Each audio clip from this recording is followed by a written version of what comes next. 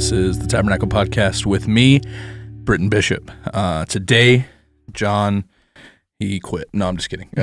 He's upstairs. He's doing other things. So I was left to my last resorts. Once again, a joke. I am joined today by the one and only campus pastor of our Buckley campus, Martin Rizzi. What's up, Martin? How you doing, bro? Good. Glad to be here. Welcome to the podcast. And we are also joined by the family and teaching pastor over at Bayview Church in Traverse City, Michigan, the one and only Andrew Clark. Andrew, what is up? Hi, friends. Love it. So, how you guys doing? Doing good?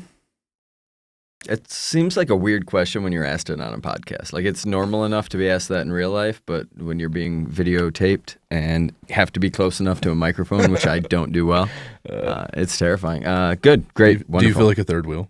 Always. It's really strange actually being in a room with the two of you, knowing that at one time I was trying to get to know Andrew, just, crossed paths, knew different people, knew a lot of the same people. Mm-hmm. And then this guy from Oklahoma moved here and got stuck with me during COVID quarantine. I was like, hey, you could use a friend your age. So mostly then you for your introduced me to Andrew, who's not my age. Close. Yeah, I'm just an old man. So. No, we were on a Zoom meeting. I remember it like it was yesterday. If you hear this and you're offended, I'm sorry. But it was a youth pastor Zoom meeting. There's a lot of board games, a lot of figurines, a lot of stuff that wasn't my vibe. And I was like, oh, that guy looks like the most normal out of the bunch. So I had a newborn kid and was just hair wild trying to survive mid-COVID. So then we got coffee and we decided we didn't need Martin. And I've been left out ever since. That's actually how you became a campus pastor. It was. No. It was like, all right, you're moving on. Thank you. Worst day of my life. No, joking. I'm glad you're a youth pastor today. Yes. Today, this podcast is being ran by all the youth pastors, no matter what they call you. I am a youth pastor. It's just that you're my youth now. That's how I've had to manage this. That's an incredible statement. So, but no, it felt good today, just as we're looking at some of the things up and coming in the life of our churches, to talk about community, the importance of community. And you guys are two guys that at the end of the day that I have been blessed to have in my life, to speak into my life, to encourage, to admonish, to rebuke when necessary. And so as I was just kind of thinking through this podcast well ahead before the episode started, it felt good. It was to think, I was like, man, like these are two guys that I've done life with for pretty much my whole time I've been up in northern Michigan. So today just kind of talking through this idea of why do I need community? What's the purpose of community? Maybe some stories of where community in our lives in the Christian context has benefited us. And so, just felt like that'd be where we went. So if you guys would, I'm going to jump into some scripture and then we'll just start the conversation. I love the way in Colossians chapter 3 it says, therefore as God's chosen ones, holy and dearly loved, put on compassion, kindness, humility, gentleness, and patience, bearing with one another and forgiving one another if anyone has a grievance against another. Just as the Lord has forgiven you, so you also are to forgive. Above all, put on love, which is the perfect bond of unity, and let the peace of Christ, to which you are also called in one body, rule your hearts, and be thankful. Let the word of Christ dwell richly among you, in all wisdom, teaching and admonishing one another, through psalms, hymns, spiritual songs, singing to God with gratitude in your hearts. And whatever you do, in word or in deed, do everything in the name of the Lord Jesus, giving thanks to God the Father through him. Amen. So we will sing to each other. Yes, that's what this podcast is. I've always read the scripture and been like, I just want friends that I can sing to, sing psalms to. No, but I think that we look here, Paul is kind of spending some time laying out the example for the church, the Colossian church, of what it's going to look like to live in community amongst one another. That in the context before, he tells them these are some things you need to put to death. You need to kill some sin in your life. And then these are the things that you can put on for the sake of community. So, I don't know, any thoughts that come to you guys' minds as you look at that? Well, you make the joke about like singing, and I like instantly picture like a carpool karaoke thing. But I guess when I think of community, I always, maybe my default definition, even if it's just my own, is like doing life with one another. Yeah. And I think that's probably like a really seems obvious, but I feel like when you read that in all of context, like you're like, yeah, it really is like you're in it. Like I think you bring up being from Oklahoma and coming up here and the connection. It's like to think of knowing you for like less than a year, and then we're taking a trip to Oklahoma to see where you're from, and like that. Which Martin's never been to. Yeah, sorry, Mart, but like the opening of that door. I just want the barbecue. It ain't barbecue, dog. It's Whataburger all day. Yeah. The opening of that door to come see where you're from, and like Yeah. it wasn't that we didn't just go speak at a camp. We like went and saw family, and it's like I think life is really easy to kind of, especially with social media and some of this stuff, to put up the wall, to put up the mask, and like, man, you read that, and I'm like, it's doing life. It is singing to one another. It's having those fun. It's having those 2 a.m. talks. It's the nitty gritty that is oh so valuable. Right. And, no, that's so good, because I think that the hindrance we see to community, especially in the church, is this preconceived thought that I have to have it all together.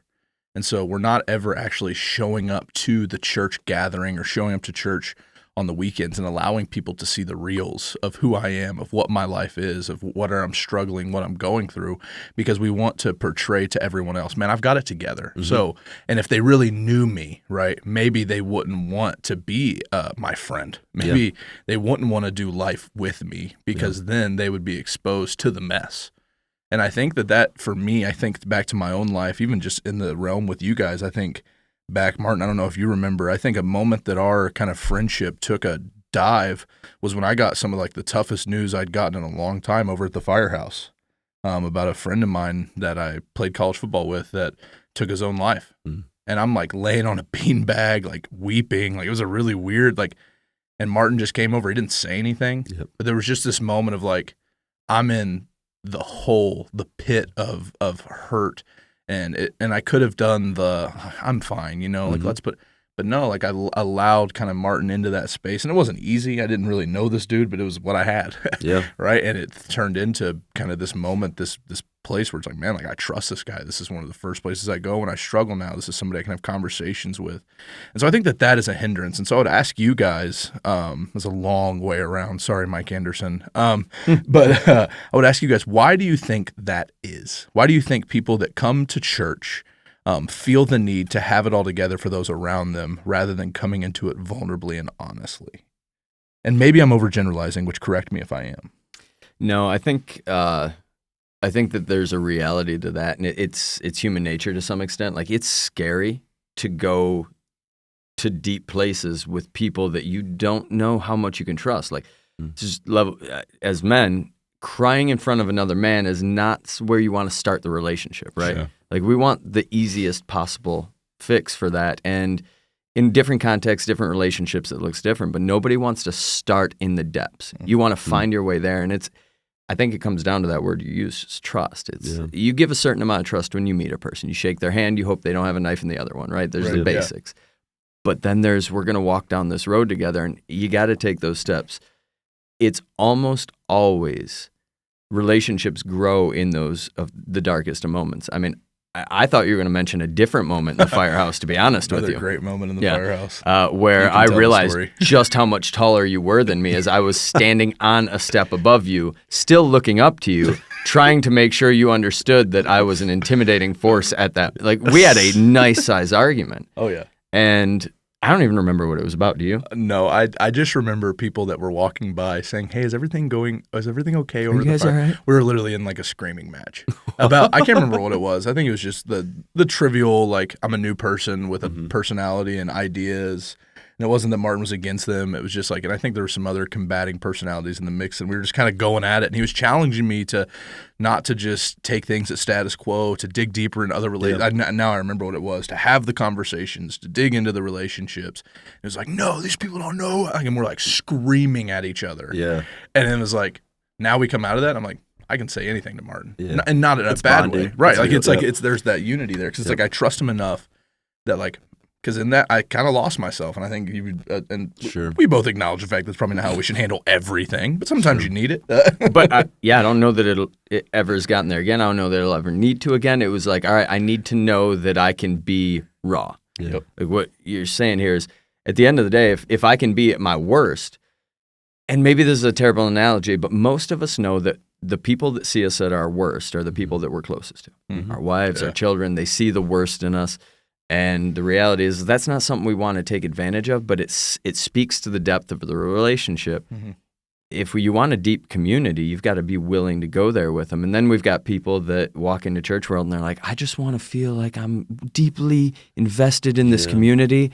I just don't want anybody to ever see me not dust it off. Oh, dude, one of my pet peeves in the realm of Fight Club is when you're sitting around a table, and you haven't, I don't know if you've been to a Fight Club, but you've been in men's Bible studies, and you're sitting around the table, and you're getting after it, reading the text, and you share, like, man, this is the heart tug for me. This is where I'm struggling. And then the guy just speaks into your struggle rather than, like, taking the moment to be like, bro, I've been there. Sure. And it's like they just use your struggle to navigate around their own. And there is that aspect of, like, man, I'm glad, like, maybe this is causing him to think something deeper, and I'm not. But it's like, man, how much deeper could this relationship go if you met me there? Yeah. Right. And church world is really interesting because I think you have a couple things at play with, okay, is it a community for 1 hour a week? Like, is that your investment? Is this, I show up for an hour? Okay, that's really easy to kind of just fake it till you make it. And I think you also struggle with, okay, what is your perception of church, right? Does media, portray church as suit and tie and highty-tighty, and like, or is it this raw thing where you feel you can step in? And so it's almost like there's a lot of confusion around it, I think, sometimes. And then I wonder if that just plays a huge role in your overall investment of how deep do I want to go? How much trust do I want to actually have? Because I'm just kind of in and out. Yeah, I think about, like, even your story that you've shared on this podcast and your changed life story. Like, was there a portion where church was a difficult space to step into and build community because there was this idea of, like, the perception or, like, what are we doing here? Like in your own experience, like, how did that look? And then what kind of helped you turn that corner to where it's like this is more than just an hour a week or more than where dad works or whatever it is, where it's like, no, this is a community by which I belong to. Was there a space in your life where that happened? I think early on, once, maybe even before anything with my dad or any of that, I think my wife and I realized when we were first married and kind of getting involved in the church, and it was like, we barely knew people, and all of a sudden, like, some parents from the student ministry we're working with, they're like throwing us a wedding shower, and they're doing like these little things, and I'm just kind of like, really? Like, again, I've studied ministry. I'm going to work in this church, and so like, I felt really silly that I was just like confused and almost shocked they were doing this. And then you just kind of like, as things have played out further and further, you're kind of just like, that's the whole doing life. Like that was someone who said like, wow, we care about these people. Like, let's invest in them. Yeah. And I think that was a huge shift of like the conversations I was beginning to have. And I wasn't just trying to remember people's names, but I'm like, I want to remember a name, a face, and like, how was your daughter? Or how, how's grandma? Like those kind of things become way more important, because then you see the opposite side of, okay, then when life happens and you feel the awkwardness of someone trying to engage, but there's no relationship, you can kind of just nod and smile through it because you're like, okay, they're trying, and I'll give them that credit. And I think the attempt is valuable and at least can help push community forward. Yeah. And trust can be built. Yeah. And but it takes time. And I love that you said it that way, because when we're in that and we don't know what to expect, we don't know what the community is supposed to look like, we're new to it. I come from a different world. When I first walked into a church, I was like, you people are weird. Like my wife and I left a church within, like, we were ready to leave within 30 seconds because it was a hugging church. It was everybody's going to hug everybody. And it's like, hey, cool, that's how you guys build communities. You're going to have a community of huggers here. We're out. This is odd. There's social cues that we're all trying to pick up, and sometimes it's just a matter of fit, right? Like, I want to say this out loud. You might walk into a church that you just don't fit that world. That's not your community of people, and that's not wrong. They're still preaching Jesus. They still love him. They sing music you don't like, and they're a little too huggy. That's okay to go somewhere else. Yeah. It's not okay to leave a church because all of a sudden you're like, I don't really like these people. Like, you get to devote a little bit to love those people. That's different. But I remember walking into churches just going, I don't get this church stuff at all. Yeah. And actually, I'll be honest with you, it was your mom was a huge part in this. And I've told this story before to people, but it was working in the cafe in student ministry at Westside Church at the time. and thinking I was the guy that was supposed to welcome people in the community, and turning around and asking this woman, "Hey, have you been around here long? Can I help you find anything?" It was the lead pastor's wife. Michelle, if you ever listen to this, thank you so much for your grace in that moment, because I could not have been more embarrassed. And she didn't say a word. She just smiled, and she's like, "Yeah, I've been around for a minute. I know where things are. Thank you." And like from that moment on, she was the kindest person. How long did it take you to figure out that somebody was her? told me it was at least a week afterward, because I'm dumbfounded. Right. And, at that point, like I felt like everybody knew my name and I didn't know hers or who she was at all. Was that before or after you got rid of the energy drinks? I never got rid of the energy drinks. I quit doing cafe because I thought that it was wrong. I may have been a bit legalistic at the time. Respect. I love it.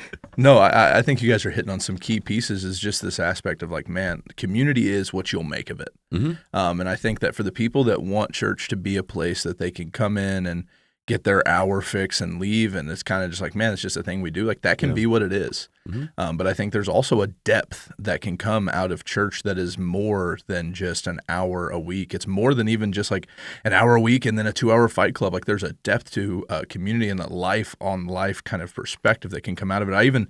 The word picture that I get from scripture is when Jesus is talking about building your houses. Yeah. And he's talking about obeying him in this context, but I think it works as well here, and I think he'd be okay with borrowing the analogy. But he talks about one is building a house on sand. Mm-hmm. If you take this and it's just an hour a week thing you do, like, yeah, you can build your house and you can even play the game and you can put it on sand and it can look at the end of the day just like everybody else's house. But something you hinted towards is like, but when the storms come, when difficulty hits your life, when tragedy strikes, what are you left with? And then I think about the aspect of the people that, man, they dive in, they take this seriously, and they find deep community with their community within the community type aspect, like, because I think that's the piece is not everybody at church is going to be your best friend, but there are some people in there that really need you and you need. And I think that's another aspect that we can get into as well. But there's something about when you have that depth there and you begin to build your house, this life on more than just checking the box, but there's depth, there's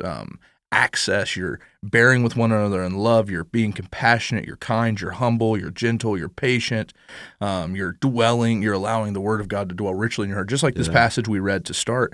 Then when life happens, when the difficulty strikes, you're left with some type of foundation to be standing on. Mm-hmm. And I think even in all of our lives, we've had aspects and portions and times where life has happened. Mm-hmm. And that's what really reveals like what you've actually built your community on. Is it one that is kind of this fake sand temporal kind of foundation, or is it one that's built on a rock? And I think the key piece and where these can connect is the fact that those community aspects, the friendships, the relationships, the community that we're talking about that's left standing is one that is built on a central piece that is Christ. Yeah. And I think to all of us sitting at this table, we can just title this episode Bromance, Matt, if you will. Let's call it Bromance with Martin and Andrew. But I think in our lives, like that's the aspect, like in that disagreement in the firehouse, in the tragedy that I experienced that you were able to step into, all of that happens the way it does because we knew at the end of the day that Christ was central to those things. Yeah. I think about even you and I meeting and talking about and having the conversations we had, like Christ being central to things allowed us to build out from there. Sure. And I think that's that key piece that even this passage hits on is where he says, man, let the word of Christ dwell richly among you. Yeah, and I think it would be safe to say, like, I do believe there's a difference between what we're talking about between like friends and community that happens because of proximity and actual community that's like the depth and the trust. I do think there is a separation there because you can be the person who has a lot of connections and a lot of relationships and you're good at networking and you have the friend circles. But to your point, it's like, okay, when the storm hits, you're actually going to see like what gets washed away simply because of proximity, and what is remaining is that foundation. It is the ones that you've had the conversations, you've done the life with, you've had the experiences, you've invested. My wife, and she'll understand when I share this. Shout out Katana. Yeah. She's an incredible friend because she invests at a very deep level. That also means she has very limited number of friends. Yep. And one of the things that her and I talk about often is this idea of pursuit. And obviously in marriage, we're trying to pursue one another. and that should be a back and forth, a vice versa thing that's happening. We're both pursuing each other, but I do believe in a relationship that is a growing, thriving, deep relationship and friendship. Mm-hmm.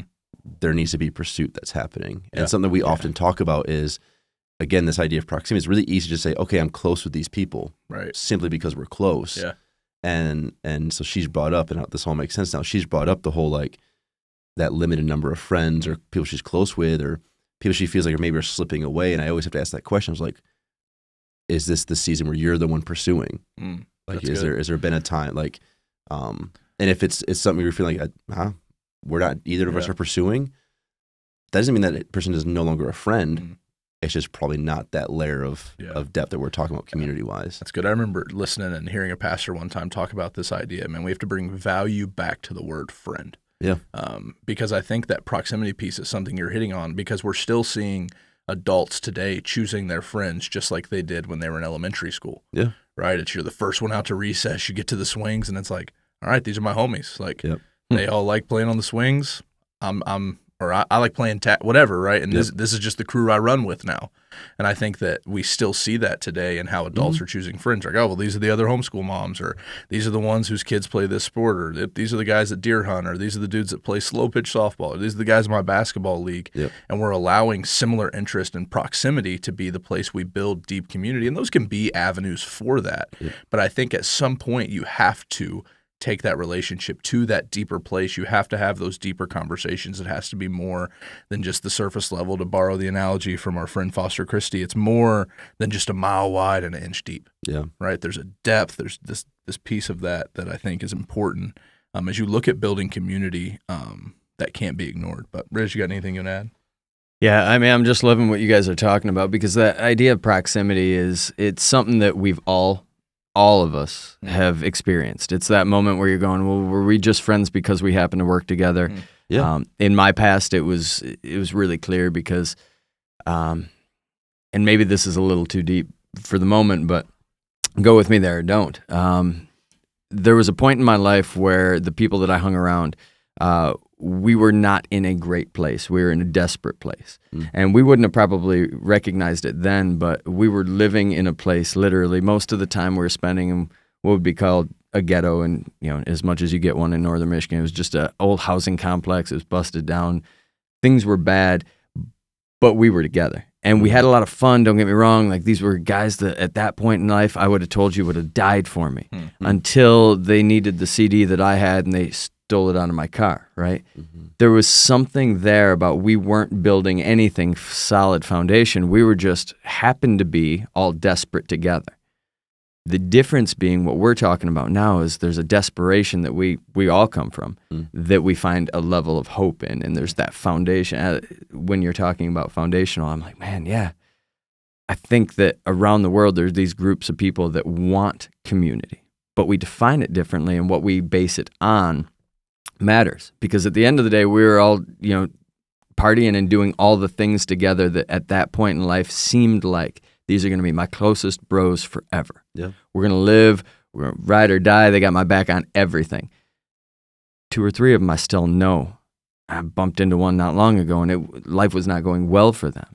And I was like, man, there is a community aspect that matters so much deeper, but you've got to build on something that really does. And for me, that was, there's nothing as empty as realizing that those relationships you thought were built on something would be as fleeting as possible when somebody got arrested and somebody needed to narc somebody out. Yeah. And when I saw that in my life, it was as traumatic as anything. And it makes you not want to trust and step into another piece of community. I just love the aspect that Martin Rizzi just used the term narc on the Tabernacle podcast, because he's got street cred, and that's real. So let me wind back to the other side of it, you don't just get to for my own safety. Nope. Listen to Martin's Change Life story. You'll know why he did it. So I'll say it this way. Even super wise guys that were writing books back in the 1940s like C.S. Lewis saw it the same way. He says it kind of what Nicole has learned. His point was, why would you ever have more friends than you can actually invest in? Yeah, now, the 100%. Quote, I don't remember, but that's essentially what he's saying. Yeah. You have 1,700 friends on Instagram, but how many of them can you actually spend time with? Yeah, that's good. I love the idea that you just pointed us to, Martin. It's just like this. Yeah, we're all surviving together until I need to survive more than they do. Like I think about like a deserted island, like kind of that mindset. Like we're all in this together until there's only one meal left. I right? would kill you. Yeah. And eat you. Meet me at 285, big dog. Working on it. No, but I think just that aspect of like the people you surround yourself with, the proximity piece, and I think too to speak like it's okay to have friends that are just people you're just around. And yeah, like, 100%. Yeah, like that's fine, but you'll come to know there's a point in every, especially adults, I think realize this, and this is something we preach to students all the time, right? But it takes a level of failure before you realize Of it. life. But I think for the people listening, like taking and looking back at your own life, and it's like, man, do you have that? Yeah. Do you have those people that are there no matter what, that will be a part of helping you have a strong foundation centered on Christ? And if you do, awesome. How are you investing in those around you and being invested in? And if you don't, why not? And what's keeping you from that? Yeah. And I think that would be a good question for us to ask, maybe in our own lives. Because all of us, right, in theory, we've perfected community. We've got the best friends ever, and our lives are just great. And that's why we're doing a podcast on it, right? Because we're expert on the term. But no, that was all sarcasm. But I think like for us, like speaking to like, what are the times that you find yourself, like what are the struggles for us that hinder our ability to build community? Busyness. Yeah. I'm just going to, right. When I get busy and I draw back, I don't have a good excuse. Like I'll just pour into my 2 or 3 really close friends. I'm just like, I don't have time for anything. I've got to get X number of things done today. And I bail on life. And this right around New Year's, I had a good friend of mine that was, I don't know if he was seeing that in me or he is just wise beyond his years. And he just asked me, he's like, so what are you going to do different this year? Was essentially the question. And for me, it was, I'm going to reprioritize. And this is going to date me, but there was once upon a time a social media site called MySpace where you chose your 10 best friends. What was your song? What was your song on MySpace, Rizzi? Bro, it was Cutlass. It was How did you know that? You couldn't even have been alive. I had back in those. I didn't have Mom. I never had MySpace. Andrew, what was yours? I know you had it. No. He didn't know. He's not buying it. No. Turn my swag on. You got to pick your top 10 friends. So yeah.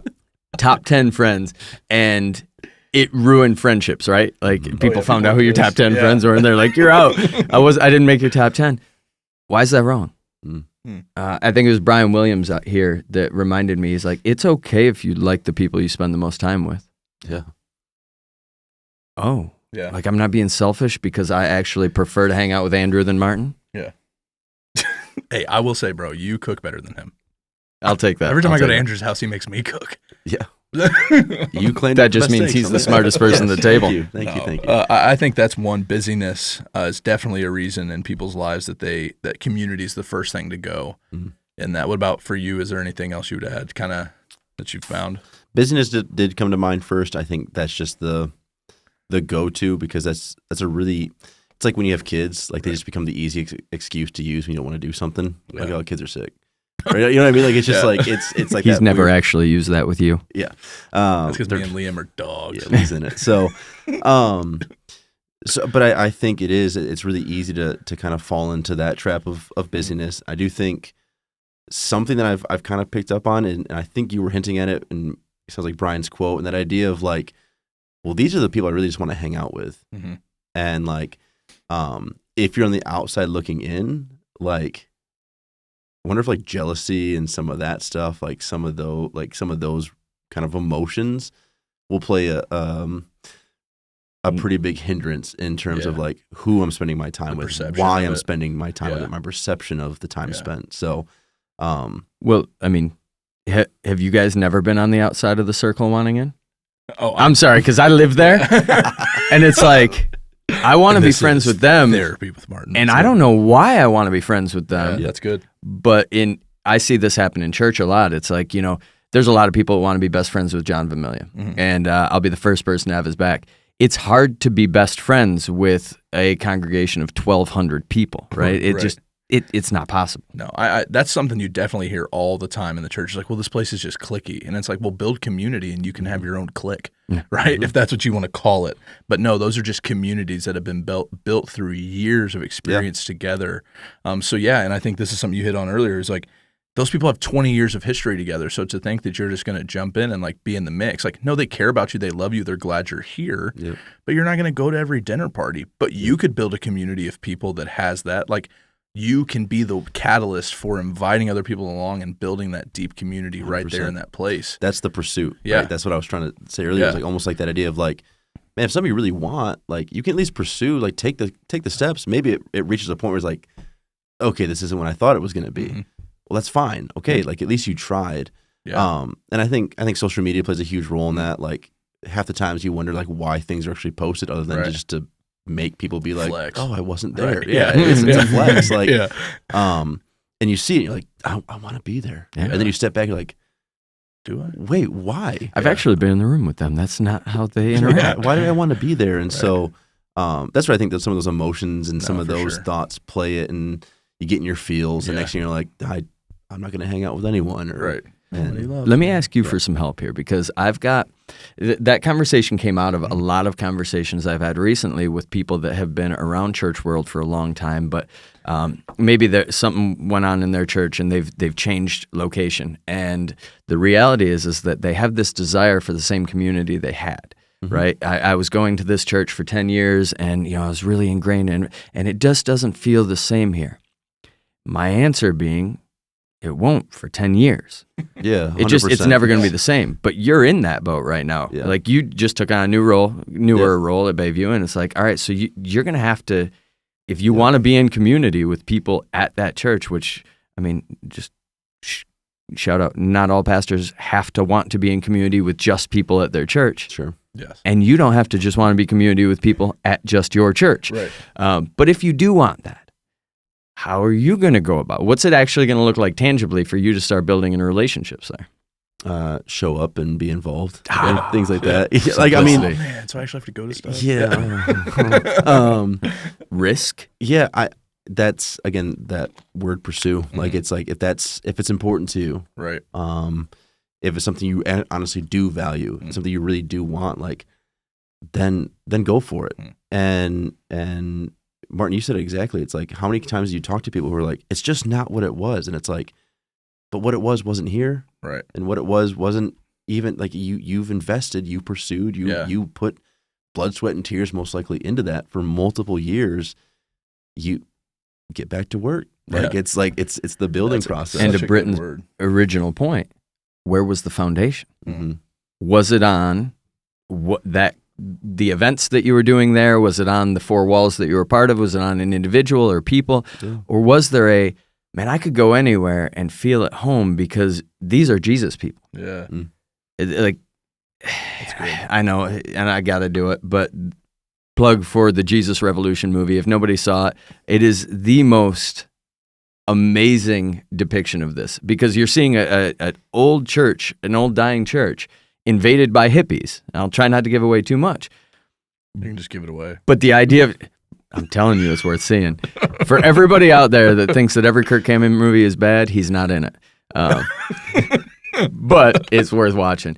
Anyway, so community is basically, they're walking into something that's wholly not them, but the foundation's right. It was all about love.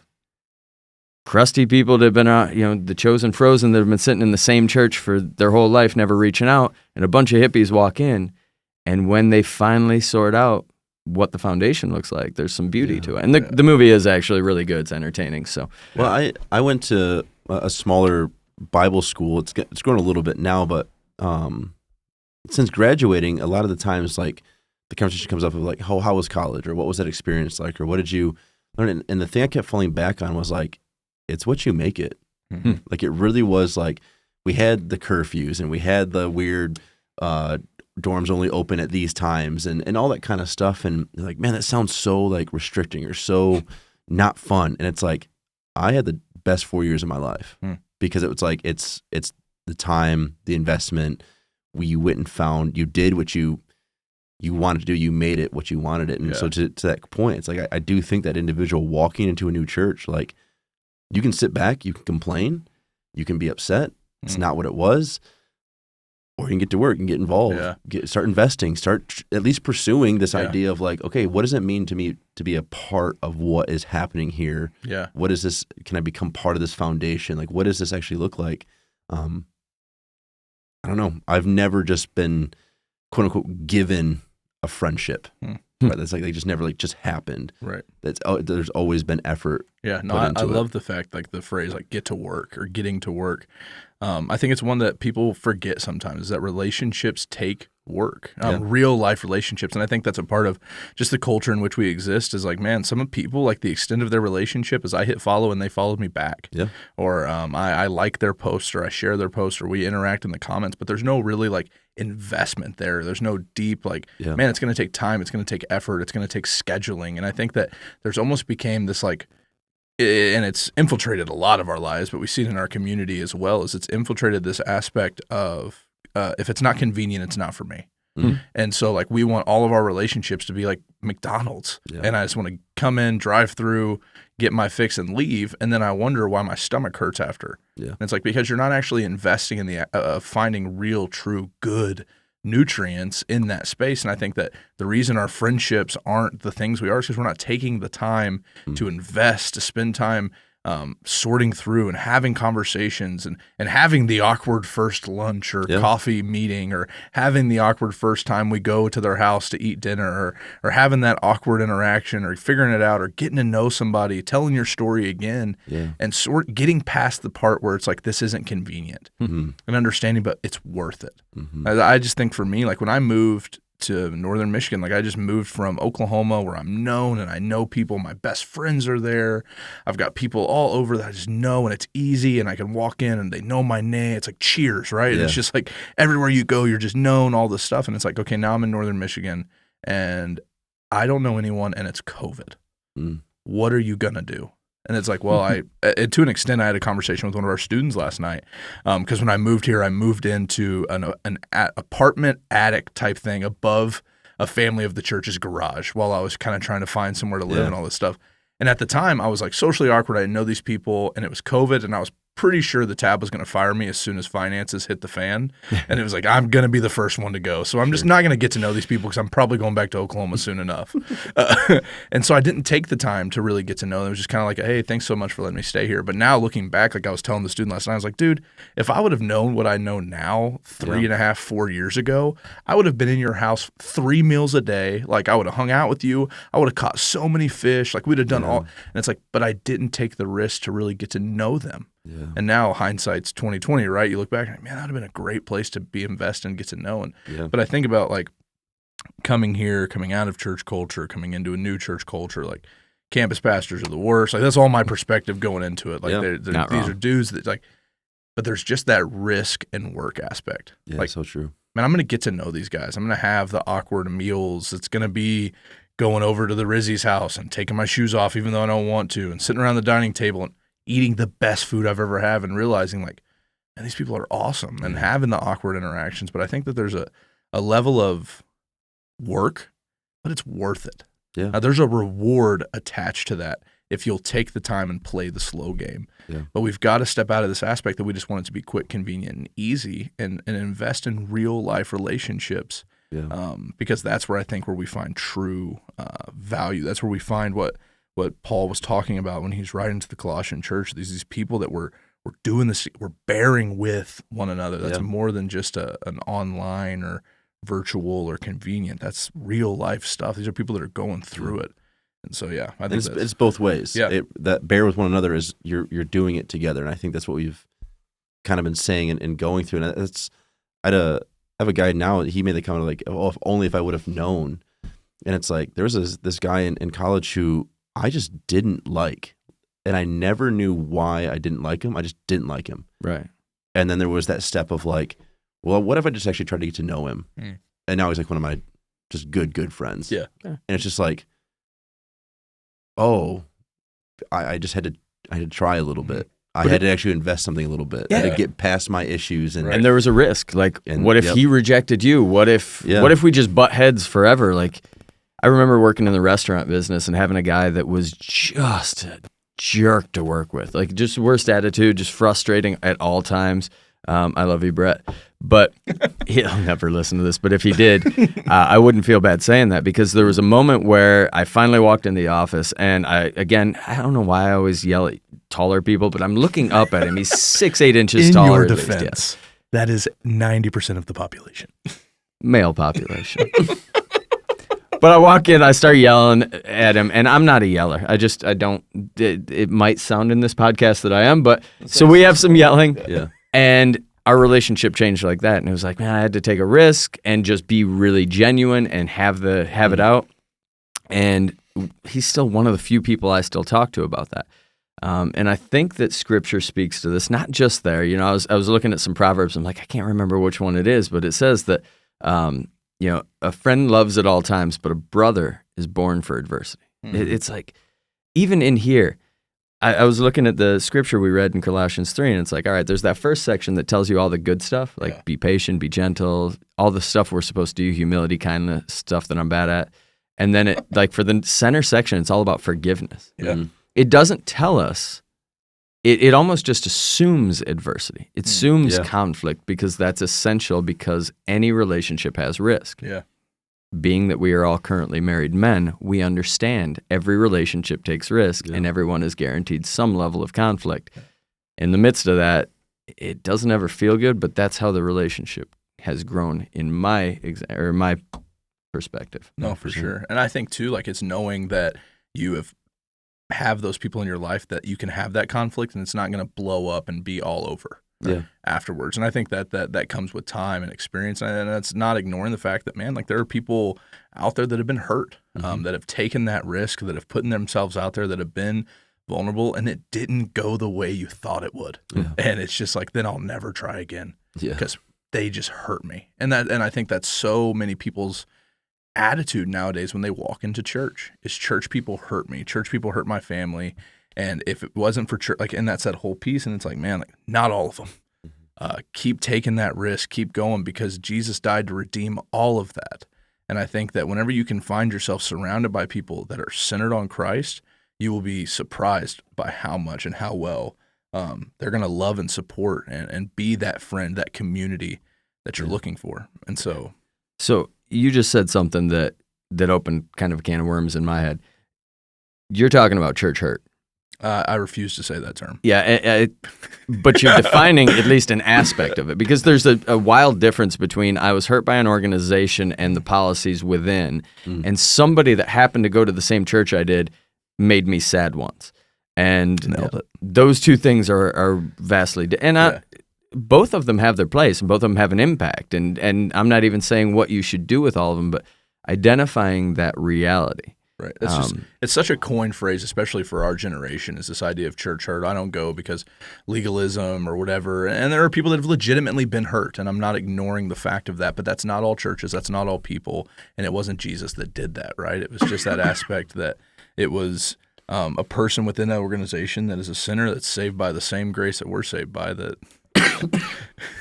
See you, bro. I love it. Didn't he this literally is my favorite say part about us not editing the podcast is everyone knows Andrew's dying in the hallway right now. He's gone.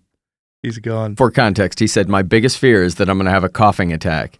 And it literally happened. What he said, he's like, if you talk about church hurt, I'm going to start crying. And I'm just kidding. So now we get to sit here and look at each other on the same side. It's like same side sitting at Applebee's right now. Yeah. No, but do you know people do that? No, it's disgusting. It's weird. But I think that's such a weaponized phrase because it's an easy way to get out of it. Yeah. Rather than dealing with the things, the situations that you've been in, and understanding the fact that, you may have been hurt, and not ignoring that.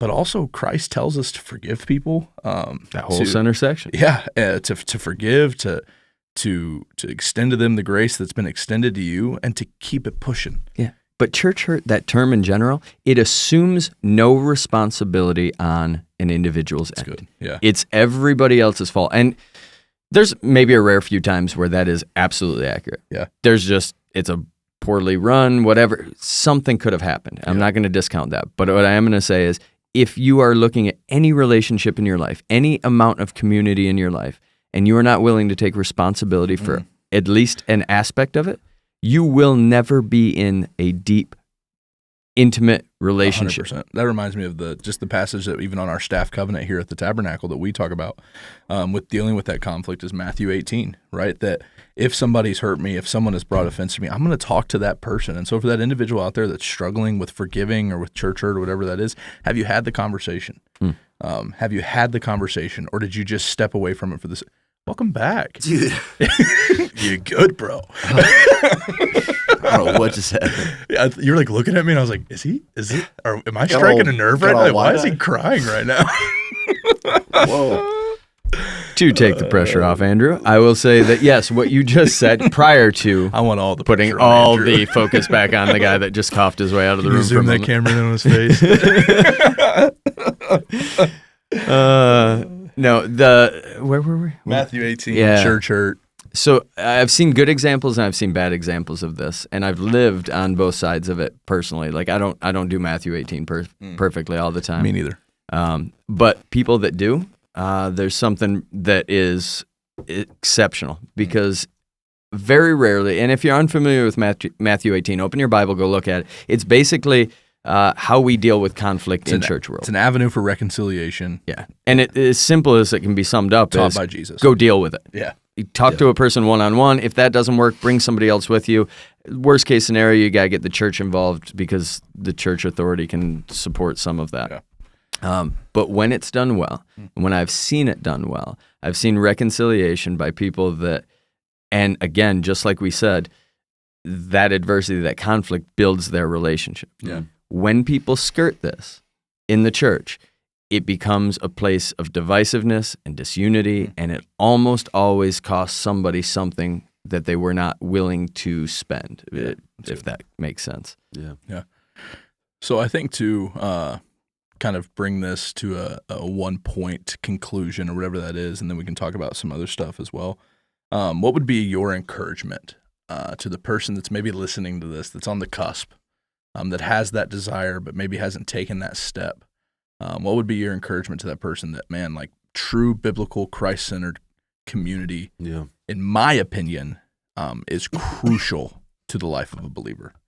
It's one that, for me, has changed the way I read Scripture. It's changed the way that I have experienced the love of Jesus. It's changed the way that I view serving, all of those things. And so for you guys, what would you say to the individual maybe that needs that encouragement or that whatever that might be for somebody that's like, well, why should I step into community? The thing that's been going through my head almost this entire conversation was I recently watched the Redeem Team documentary on Netflix, all about the 2008 Olympic basketball team. Yeah. So you have the Dream Team back in the 90s. They're incredible. Then like USA basketball falls off the face. The rest of the world caught up. Losing. So they put together this team. We're like, we're going to send our best. So LeBron's going, all these guys. And right before they actually go to the Olympics, Kobe Bryant shows up. Dog. Yeah. Well, this is the Kobe Bryant in this time who, like, he had some allegations. Yep. He was kind of a jerk. He had ruined Shaq and that whole situation. There's everything world and perception of him was, dude's a baller. We don't like him. Right. So he shows up, got the coldness to him, got that edge to him. And that whole team, like, gave him the respect, right? They saw him for who he was. But as you're watching this documentary, you're realizing, like, they would just mess with him. Mm-hmm. Like, they gave him the respect. They were trying to bring him in to the fold. There's effort happening, right? Yeah. Very end, they're going to play the gold medal game. The night before, they throw a surprise birthday party for Kobe. The team does. And he's like, you guys better not. And they're singing. And he's got just the biggest grin on his face. Yeah. And then they go in, and he just is that cold-blooded killer in that gold medal game. Go back and watch it. And there's this one point he makes the one where he runs through Pau Gasol. That's like the first game. Yeah. But like this is the championship. This is the gold medal. This all makes sense. He hits this shot, and there's under a minute left, and he just turns and he's like does like the shush sign. And it's just like such a, and I'm crying. I literally start crying watching this. Big Kobe fan, obviously tragic, but it was all the guys talking about, like, he had bought in. He had started reciprocating the action. He had like become part of the team. Yeah. And they say it's like if you really think about Kobe Bryant, there's two sides to the Kobe. Yeah. And they basically from that point forward, you have this whole new perception of Kobe. Yeah. And I've been thinking about this idea of community and what we've been talking about. And if I could boil down to it, it's try. Mm-hmm. Like, because you don't know. We both use the comment, man, if I only would have known. Yeah. It's like, if people would have known, fast forward, we lose Kobe the way we did it. And stuff, like, would have been more, but it was the fact that both sides saw the reality of, like, let's both try. Mm-hmm. Let's both invest. Yeah. You have this beautiful thing. You have this, like, raw emotion and all this, like, depth, and life is happening that a brotherhood has created. And I'm like, man, I was weeping because I'm just like, that's it. Yeah.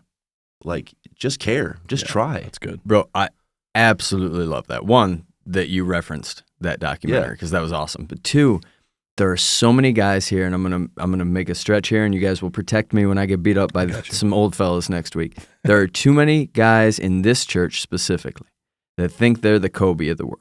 The Kobe of the Bible, they would never consider, because they've already got everything they need from Fight Club. They've already got everything they need from church service. They're really just here because, every now and again we might need them for this, that, or the other thing, and they forgot that they desperately, they may not learn another tangible aspect, but your relationship with Jesus is not all about how much you know about Scripture. And all of a sudden Kobe goes, man, I can play. Mm-hmm. I can outplay most of the guys in this room, but they accept me as a human, and it is so important. We know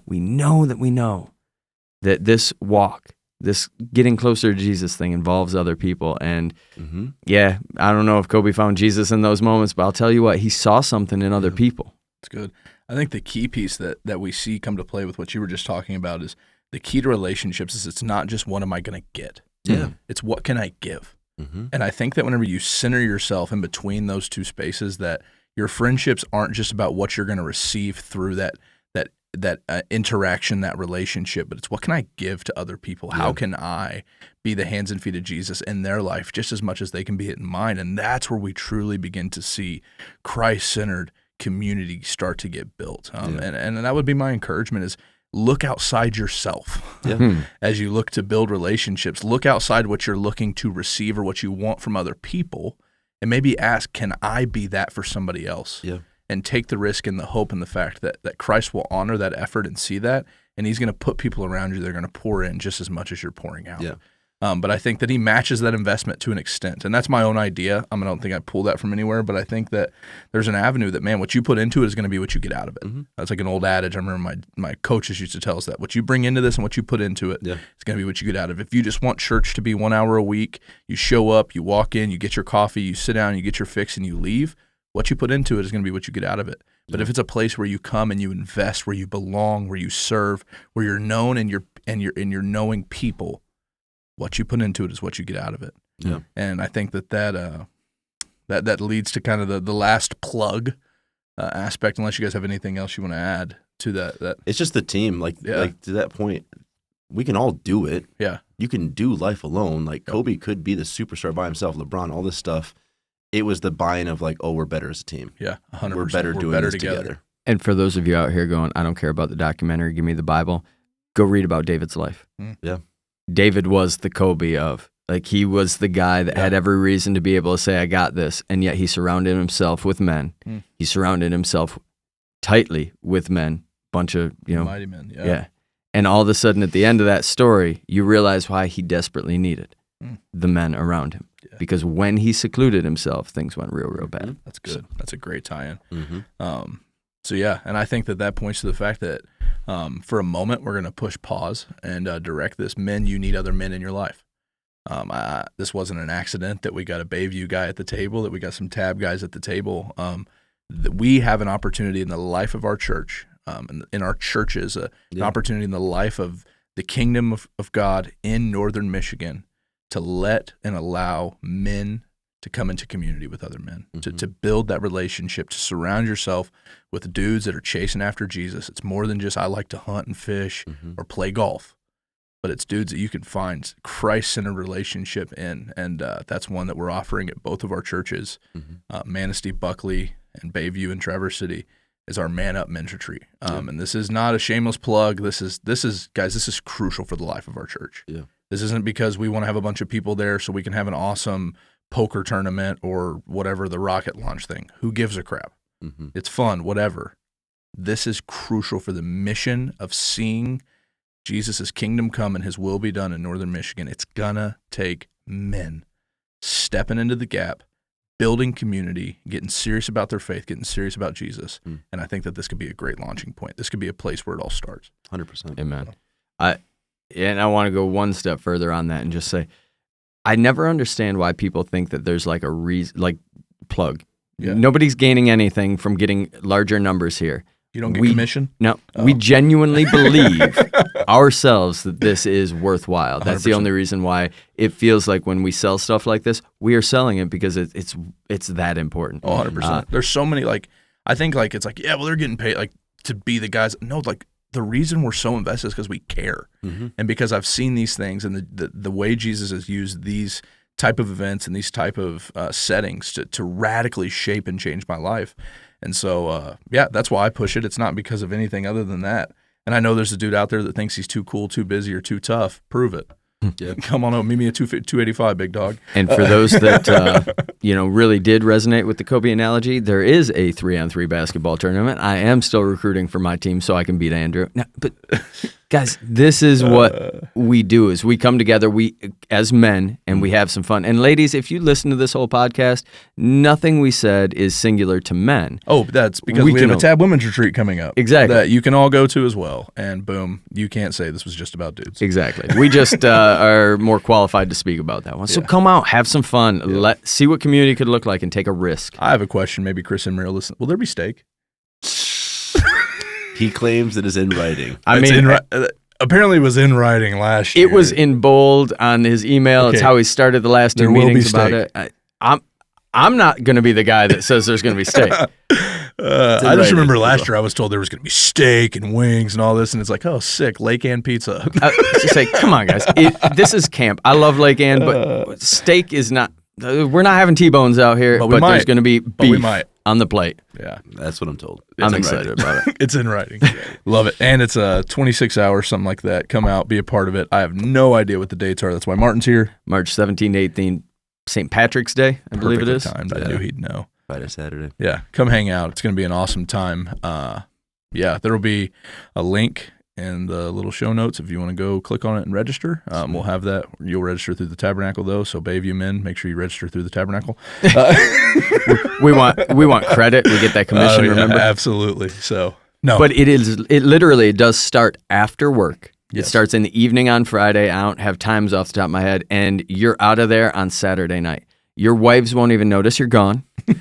Your kids will be better off because you'll come back a better man for it. Best That's thing what you can do for your family. Yeah. So do Sweet. this thing. Well, guys, thank you.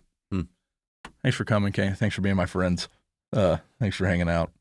Andrew, you should go see a doctor. That was wild, bro. That was a ride. I love it. Well, is there anything we want free? Chick-fil-A would be nice.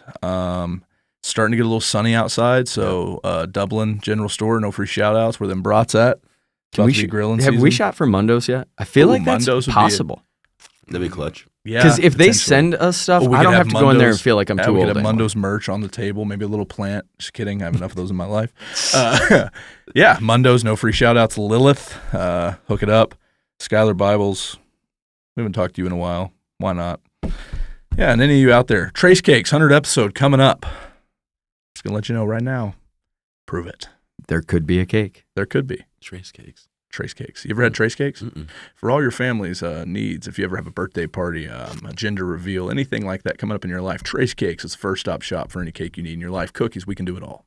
Wow. No free shout-outs. That was the cleanest advertisement I've heard yet on the podcast. No free shout-outs, Trace Big Cakes. Tom. All right, until next time, Tab Finley, this is Martin, Andrew, and Matty Ice over on the sticks, and Britton signing off. Peace.